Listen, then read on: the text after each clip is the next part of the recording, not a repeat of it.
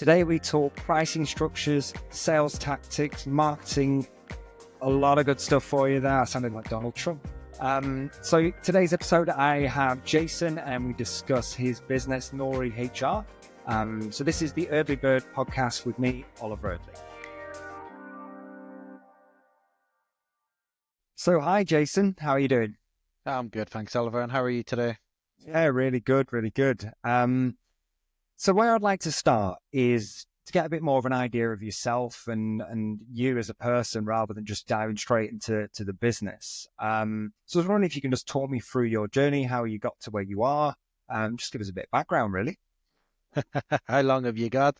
I went through kind of a different transition than most people do. You know, most people get pushed to the kind of typical, you go to uni, you get your qualification, you kind of go down to a field that you want to go into.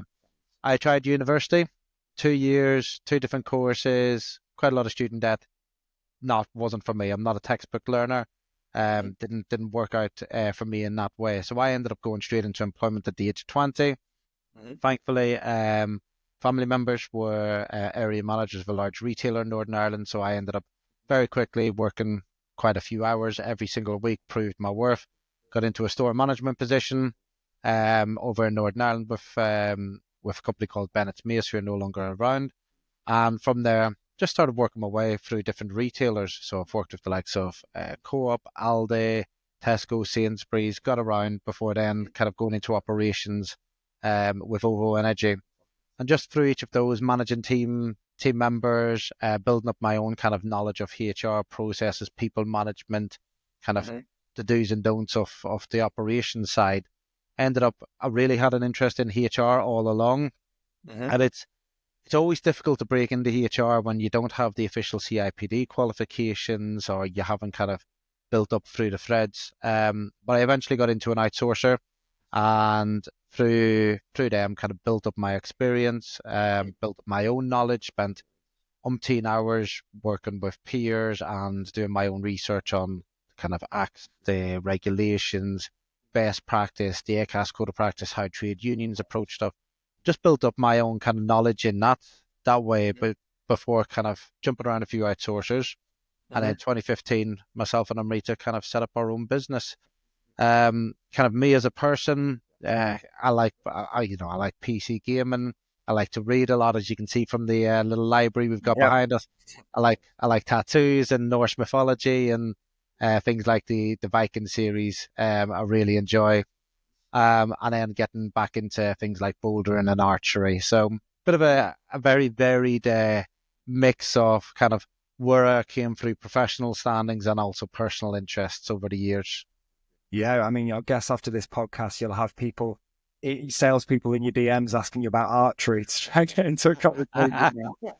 Oh, it's all right. I've already been eyeing up a few bows in Burnley, and a place that we were going to get just do refresher lessons, and they teach you how to like make your own arrows and everything like that, which I think is pretty cool.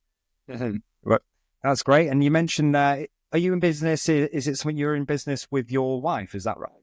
Yeah. So well, now separated, but yeah, we're still married. We still live in the same house. We're co-parenting our 5-year-old. So she hasn't killed me just yet. At the moment, because a lot of the sales runs through me, I'm worth more alive than I am dead. I always joke. So got to keep up the good work. But yeah, we set up the business together back in 2019, 7 months before the pandemic hit the country and shut down the world. Right. And how did it sort of go during the pandemic? Was it busy for you guys, or is it completely, it'd be interesting to know from a HR perspective where you guys sat? It was weird. Well, it wasn't weird. It was busy, primarily because of the time and businesses shutting down and countries shutting down. Obviously, we took the decision we're not going to have that many sales opportunities for obvious reasons. But it was still important for us, kind of because we're HR professionals at heart and we want to help people.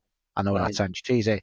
So we actually did like a free advice line. So we basically got all the updates from our local MPs and from the government, made sure that what we were kind of advising, and we just give a free telephone advice line that businesses could call up, get the advice. We were pushing out a lot of social media posts on stuff. So we're working a lot of hours to kind of provide that support, going online, networking meetings.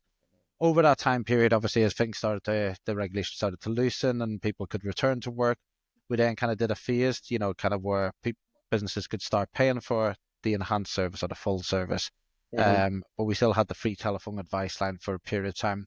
I think as a new business, that really helped us as well get our name out there. People could see we were genuinely interested in helping businesses. Even as a business ourselves, we still got to make a profit and we got to make money. But during that initial period, it really got our brand and the trust value kind of out there very quickly. Where in normal times it might have taken us 3-4 times as long.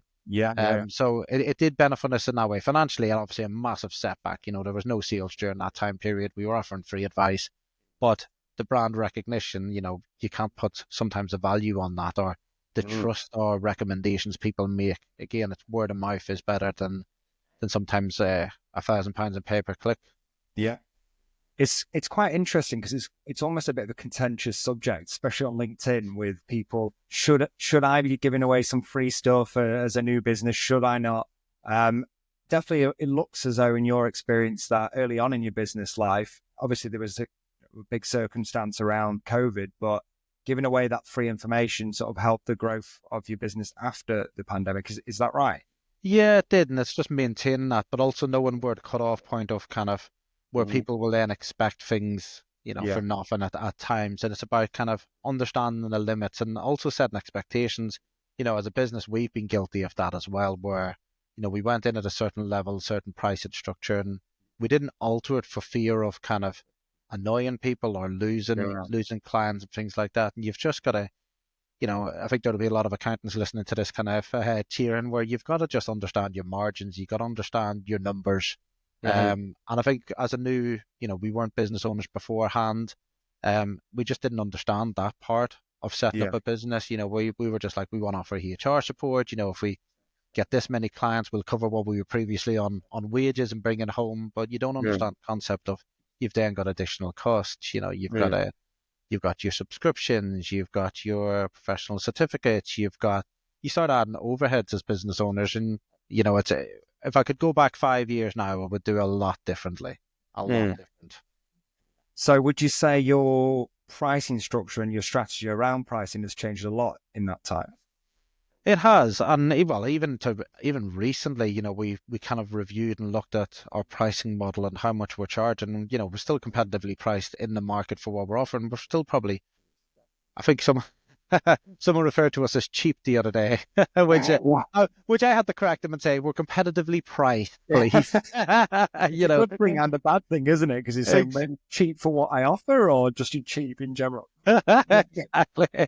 But no, so and that evolves over time, with our margins, and we've got some great accountants now that are really supporting us, and we've got a lot of people that advise us in the fields and business mentors, and it's constantly evolving. As your costs evolve, you've got to evolve your pricing, and ultimately, the price and the value are two different things, and we're starting to learn that as well. So if a client doesn't value what we're doing, and a small price increase, they go, well, I'm not paying it, see you later. Well, we've got to be ready to lose clients like that, because if we're not, it's also a responsibility on us. If we're not adding enough value to that client's environment that they do want to walk away, well, we've got to hold our hands up in that sense as well. So it's kind of a two-way street. They've got to see the value in us, but we've also got to be adding that value to their organization.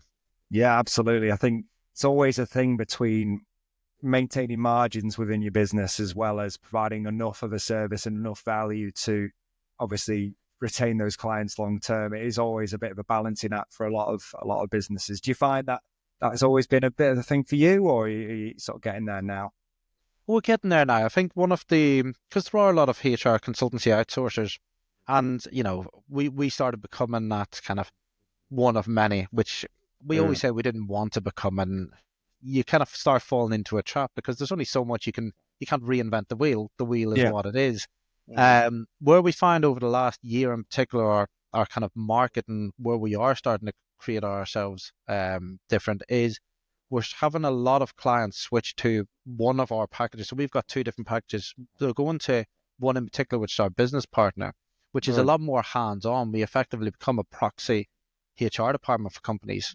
Now, in the past, we generally had businesses with 40 employees or more swaying towards that. Nowadays, because everything that's going on and all the legislation changes and all the consultations that Labour are currently doing and everything like that, we're actually getting clients with 5 and 6 employees looking at that, where they're willing to pay that a little bit more, that they don't have to deal with a lot of these issues. Yeah. So our business is evolving in that, and actually that's now ironically becoming the area where we're now starting to make ourselves a bit unique in the field, that Yeah. we will do that more hands-on. We will become that proxy department where we'll run processes. Yeah. We'll run meetings for clients on their behalf. So it was a natural evolution, but it was an unforeseen one, just primarily based on our previous avatar, to how things just shifted over a 12-month period, quite surprisingly and quite quickly. Mm. Have you found that that's sort of helped with the growth of the business in the last year, just because there's people going for those more, higher tier packages? Yeah, absolutely. And I think, we've got a way up as well. When I talk about numbers, those packages, there are a lot more usage on our time compared to the other package that was previously kind of taken out by clients. But then when we look at it again, know your numbers, we find actually the retention and kind of value add on the HR business partner is a lot higher than it is on what we dub our HR 360, which is the telephone and email support. So whilst it's a lot more kind of labor intensive and it uses more of our hours, actually it adds more value to the clients, and it's actually easier to retain those clients than it is to retain the other clients on the other service.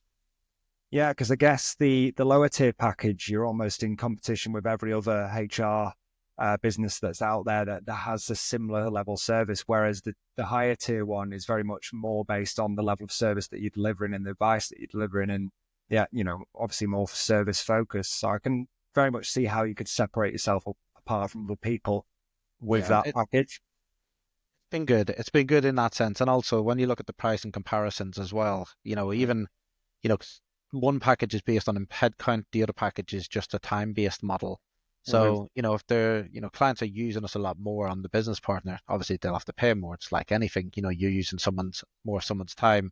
But like I said, it's the value add we start to see on that package. It just, by proxy, it just makes everything else a lot easier. There's less time in account management because actually the clients are in regular contact with us because they're using us month in, month out for lots of different things, their people strategies and elements like that. It makes renewals a lot easier. So it just from that point of view, it just makes everything else operationally a lot easier for us.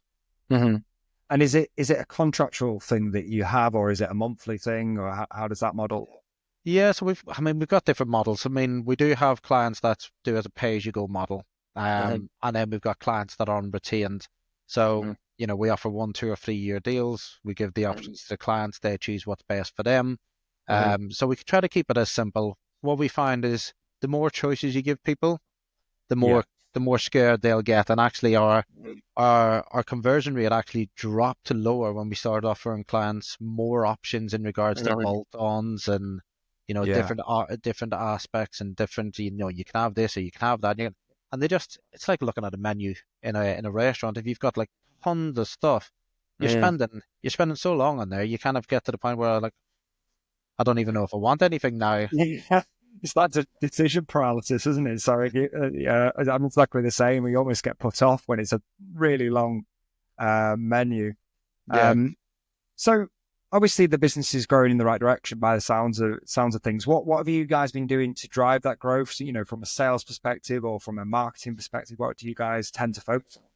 We've had ups and downs in regards to lots of different areas between sales, financials, marketing. Right now we're just focusing on LinkedIn. Kind of obviously we've got today. One of the things we'll want to look to do is kind of create like our own little podcast area in the house because we're all remote working, where we can have people on or we can do stuff like this. So that'll be our kind of marketing. We'll do like monthly e-shots. I like to go out and get face-to-face networking. Although that's sometimes been in Australia for the last month and doing a lot of client facing onboarding, it's kind of sometimes takes that time away from those aspects. The other area where we're looking to grow, although again we're being led by analytics and numbers, is our white label product, where effectively businesses will resell our packages under their brand, and the end client doesn't know that NORi ever exists. So we're again doing assessments on that and analytics. And it's a weird one, because that product was my brainchild, and I always like drove it, and I always had a love for it. And like when you actually sit down and look at the analytics, and you look at how much time is being spent marketing it and how the conversion rate, you look at actually, I could convert one micro BP client, but I need 3 of the white label resellers to match up. And it's that return on investment and the time spent selling. I think that's the biggest thing we didn't analyze as well, is how much time you spend selling a certain product comparable to another that's actually of more value. So you spend more time on that one, actually your return on investment will be a lot higher. So we are with the help of our new manager director, who's been in place since April. We are kind of turning to a very analytical driven kind of company in that sense. Not obviously, but when it comes to client care or anything like that, but marketing decisions, sales decisions, and it feels healthy and it feels good, because the numbers don't lie. You feel it can lie to you, but numbers can't lie to you. Exactly. I mean, how long have you been doing the white label side of the business? So we've been doing that 3.5 years now. We've, last year we went to the 2 Accountex down in London and Manchester. So they were quite, again, from a brand recognition point of view, they were quite good, and we had a lot of interest from there. But again, it's about the return, based on how much time is spent on it. But it's still my brainchild. I've still got a love for it at the moment, so I'm still pushing it. No, it sounds great. You mentioned a couple of things. You mentioned LinkedIn, so I'm going to start there. I mean, what exactly do you guys do on LinkedIn to promote yourself? At the moment, I do a lot of, I hit and miss sometimes. I think this is the first thing, is you got to be consistent on LinkedIn. Which, if accountability and holding my hands up, I haven't always been. So I'm trying to add a few more kind of informational pieces, a few pieces about kind of NORi and the business and the people within it, and then a bit about myself and kind of some personal posts.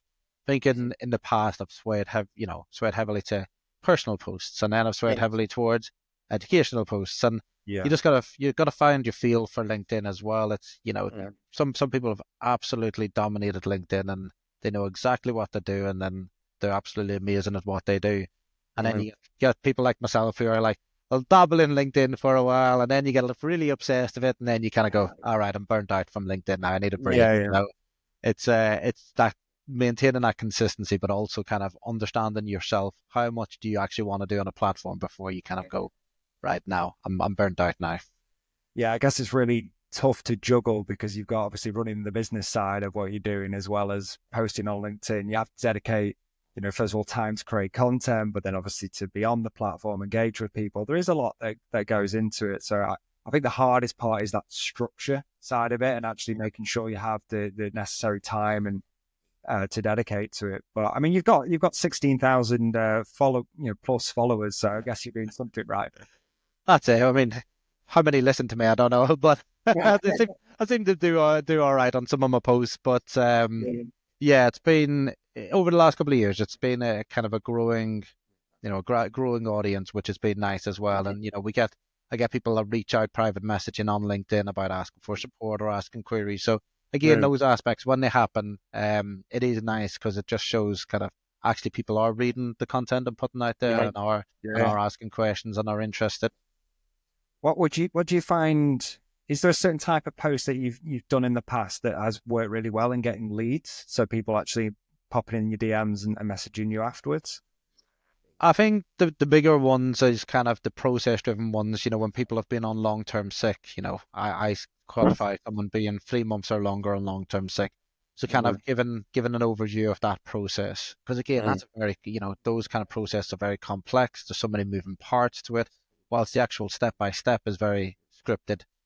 From an employment law point of view, the actual variances within it, what can crop up or what can be brought to the table within each stage can completely alter what you want to do. And, there's a lot of business owners out there and business leaders that will sometimes just bury their head in the sand with processes like that. They'll just go, I'll deal with it next month, or I'll deal with it next.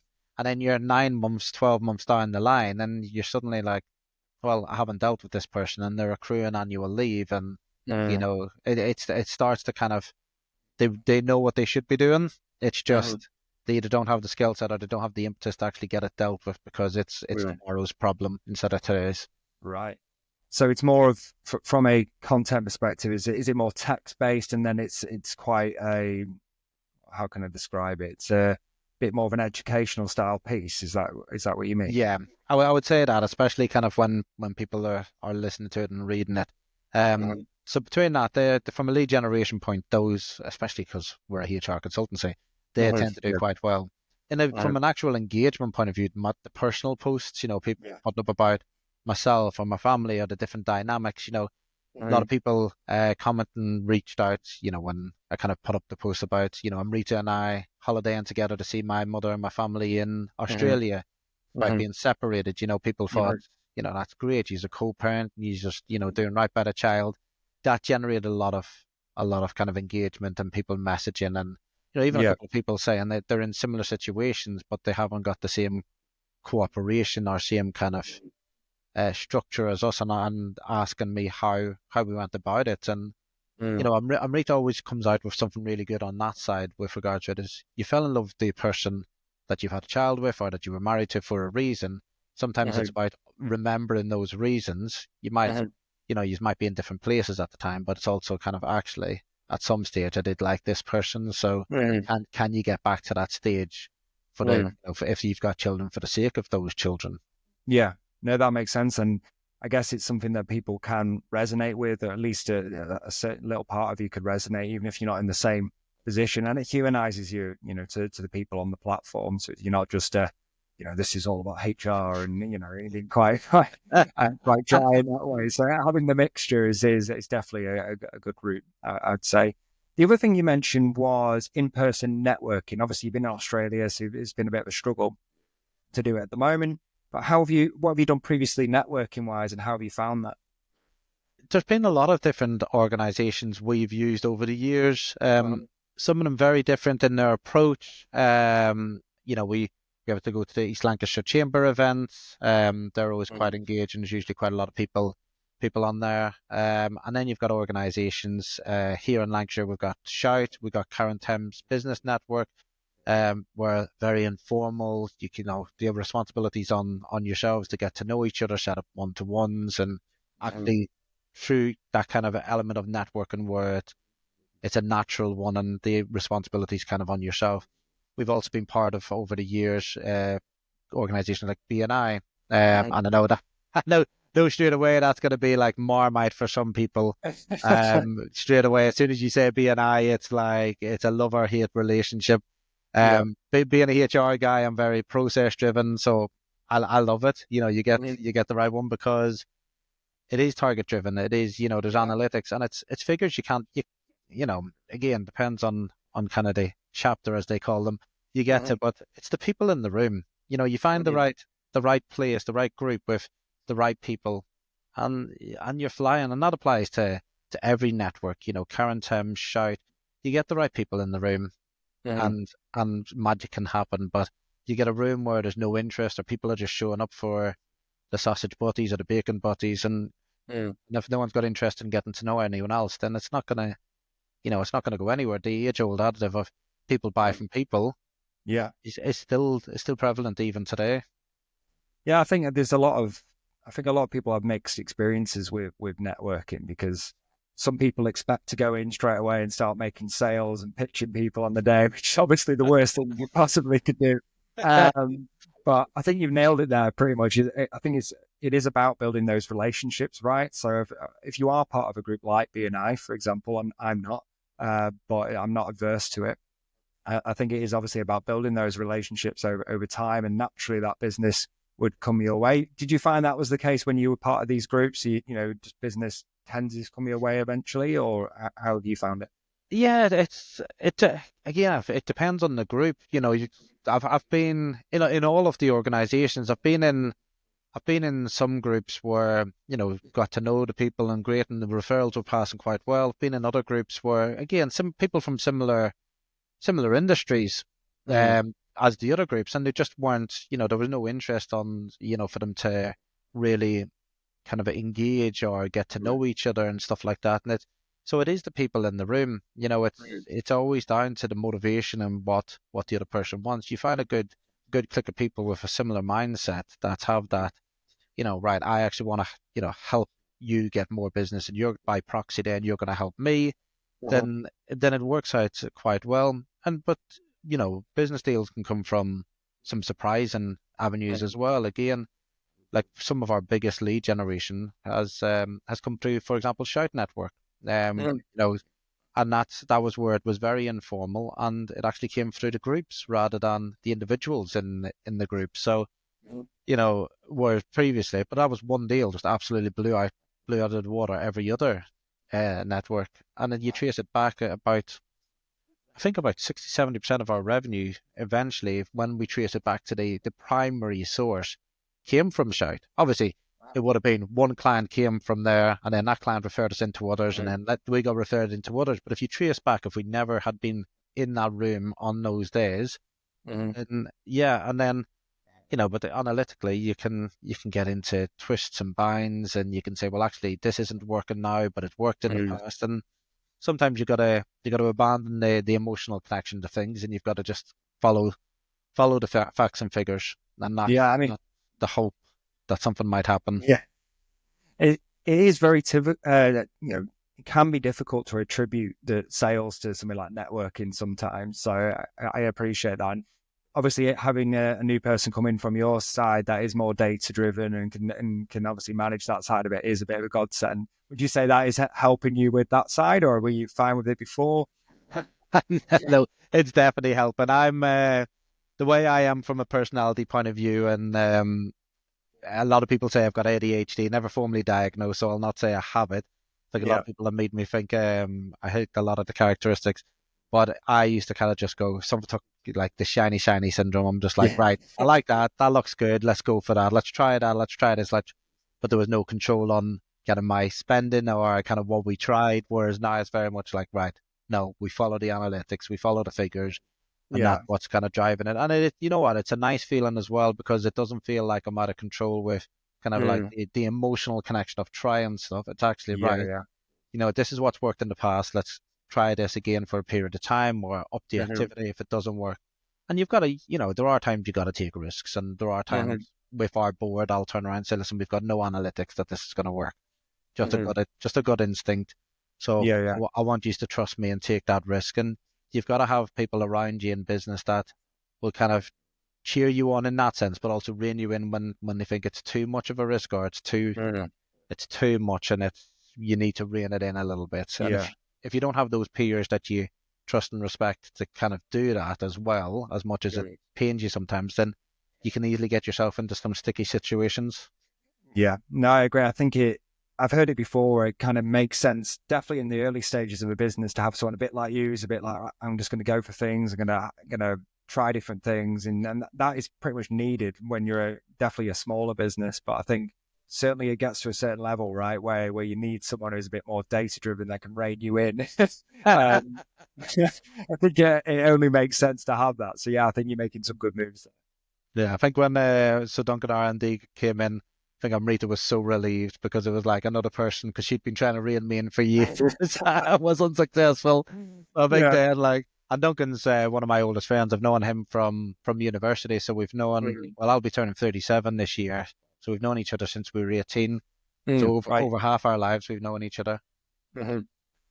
So one other question I have is, you mentioned Accountex, which is I've been to. It's a great trade show. So is that something else you use from a sales perspective, going to these sort of trade shows, having stands and basically pitching people on the day? Is that the kind of thing does that drive a lot of sales for you, or is it just more of a nice thing to have? It drives a lot of interest, a lot of prospects. Obviously, converting those prospects is then down to me, and the follow-ups afterwards. Accountex from a lead generation with the white label was superb. And even just a kind of a brand engagement and brand knowledge, we had a stand, and because it was white labeled, we were all dressed in white suits, which if you end up going on my LinkedIn, you'll be able to pull a picture and attach it at the point that I said that. And we had people 5-6 months later emailing me still saying, I remember you from Accountex because you were all in white and you really stood out. So there's certain things like that, that's, from a brand recognition point of view, it might not convert on the day, it might not convert a week or a month later, it might not even be a year later, but it's sometimes people knowing who you are, what you're about, seeing your posts on LinkedIn, and then when they're ready or when they need that support, it's there. We have a business mentor.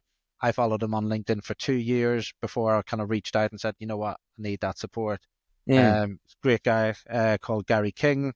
And, sometimes, and it'll be the same for us, people will probably follow our posts. They might follow up a dozen other consultancies. And at some point, they're going to they're either going to like my personality and like what I put up, or they're not. And, if NORi's not right for some people, that's fine. There's lots of other consultancies out there. If we are right, great. And that's where you get that value add and you get that growing and blossoming relationship where it's right for both sides. The worst thing you can do is be in a business relationship with someone with another side that you just don't gel with, it you just don't like, because it's just going to be toxic for both of you. It's like any relationships really in that sense. Yeah, no, completely agree. And I think it's consistent across all these different avenues that you talked about there. Is obviously consistency and being visible is probably the two things, and just turning up really across all of them. The next questions and the next things I want to talk to you about is a little bit played out at the moment, but I'm going to talk about it anyway. Is technology and AI. Now, are you using anything to sort of mix it up or make things more efficient within your business?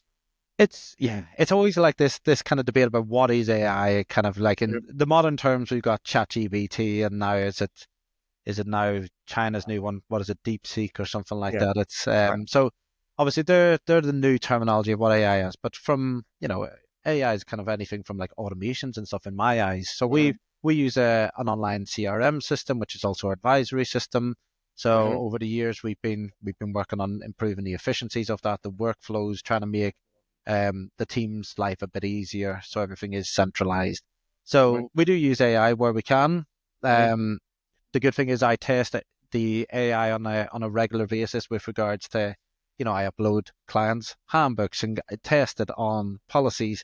The good thing is I'm still safe in a job for the time being, because there's things AI can't do. One client had contractual pay rises, but they had it as a graph, as an image. Right.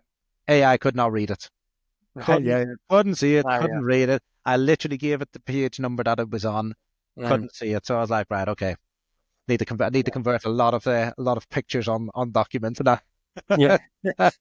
But so AI has its uses. I think for HR in particular, and I am going to be biased in saying this, I think you always have to have the human element.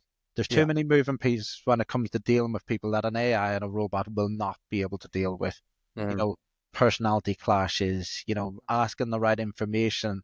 We get clients calling us, asking for advice, and you delve into the situation, do a bit of investigation work with the client as well. And they'll say something offhand, and that offhand comment that hasn't been brought up previously will completely change a case, because actually now we've got, well, hold on, you did this in the past and you didn't do that. So why is the person done this now, and now you want to treat it like this?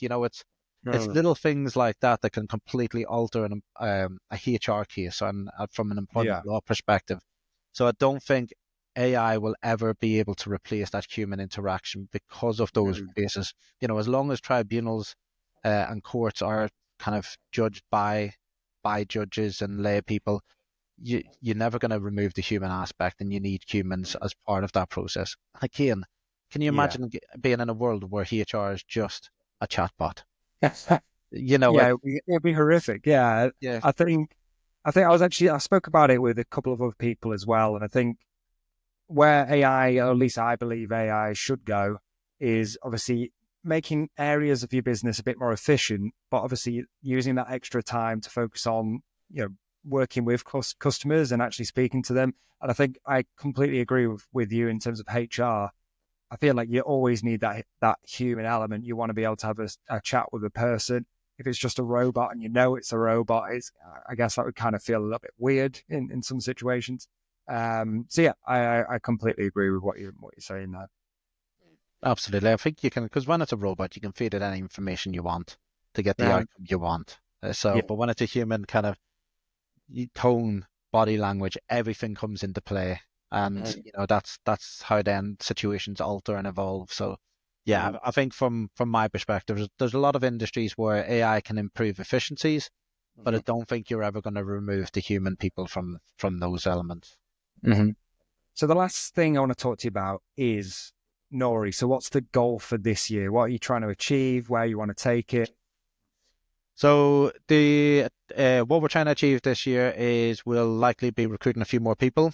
We'll be looking at our balance sheet, getting our EBITDA kind of resets, getting basically NORi on paper looking quite healthy. Again, over the years, we've made some business decisions. You got to own up to them where they weren't the right course of action that we should have taken as a business. And it's about hitting that reset button. So this year is about hitting the reset button, getting our team back built up with a solid foundation. Again, having someone like Duncan as our MD, he's very data driven. So it's very much like, I can't hire 10 people suddenly because I want to. It's a case of, well, actually, finances have to support it, capacity has to support it, etc.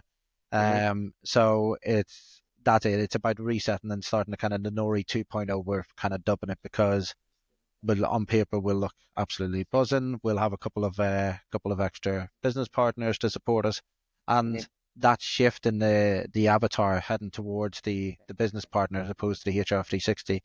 It's making our business and our vision shift in 2025 naturally anyway because of now how we'll have to structure our operations. Yeah, that sounds great. So, Jason, if someone wanted to follow you, get in touch with you, or use you guys, how would they go about doing that? So there's a couple of ways. You can follow me on LinkedIn, Jason Govindji-Bruce. You're not going to find too many with that that name on there. They can email me directly, jason.gb@norihr.co.uk, or they can just go onto our website and they can go onto the web chat. Most of the time, the web chat's manned by myself. It pings through on my phone even at 7, 8 o'clock at night, much to Amrita's dismay when we're watching a series. But it's they can get through to me in those ways. Perfect. That sounds great. Well, I appreciate your time, and get in touch with Jason if you need his help. Thanks, Oliver. Thank you, mate.